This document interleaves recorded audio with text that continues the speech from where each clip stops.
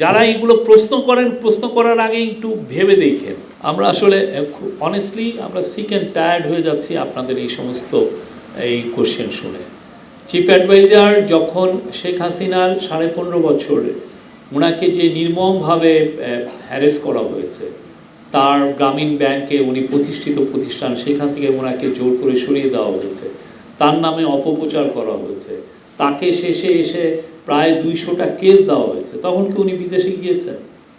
উনি 6 তলা, আপনি তো জান নাই, আমি গিয়েছি 6 তলায় ওনাকে পায়ে হেঁটে, ওই এটা যে স্টিপ একটা সিঁড়ি, আমি ওইখানে উঠেছি। এবং ওনার যিনি লং টাইম কলিগ, এই যে মোহাম্মদ শাহজাহান সাহেব, উনি একদম অসুস্থ, ক্যান্সারের পেশেন্ট, তাকে চেয়ারে করে নিয়ে উপরে উঠানো হয়েছে।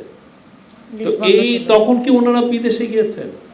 উনি একজন গর্বিত বাংলাদেশী, খুবই প্রাউড বাংলাদেশী।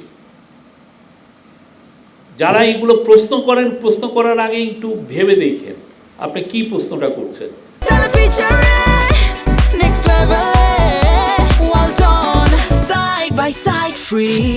আমরা 3 দিন ধরে বলতেছি আজকে শেষ দিন, কে জানেন।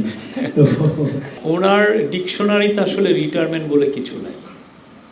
হ্যাঁ, আমি আপনাকে বলতে পারি যে আমি আপনাকে বলি, উনি হয়তোবা 17 তারিখে যখন শপথ পড়ানো হয়ে যাবে, উনি ফিরে এসে দেখবেন যে নতুন একটা কাজে নিয়ে ভাবছেন বা এটা নিয়ে যুক্ত হয়ে পড়েছেন।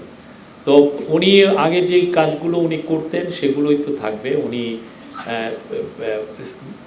সোশ্যাল বিজনেসের উপরে কথা বলেন, সোশ্যাল বিজনেস পুরো পৃথিবীতে যাতে ছড়িয়ে পড়ে সেই জন্য উনি এইটা নিয়ে সারা বিশ্বেই কথা বলেন।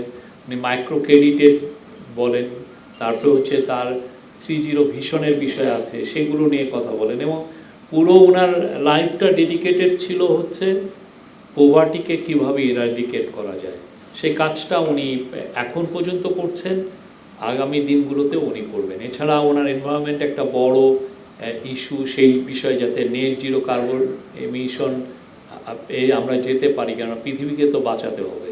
আরেকটা হচ্ছে যে গ্লোবালি আমরা দেখছি যে 2-3টা লোকের কাছে পুরো ওয়েলথটা অ্যাকুমুলেটেড হয়ে যাচ্ছে। খবরের কাগজ, নিখাত, নির্ভীক, নিরপেক্ষ।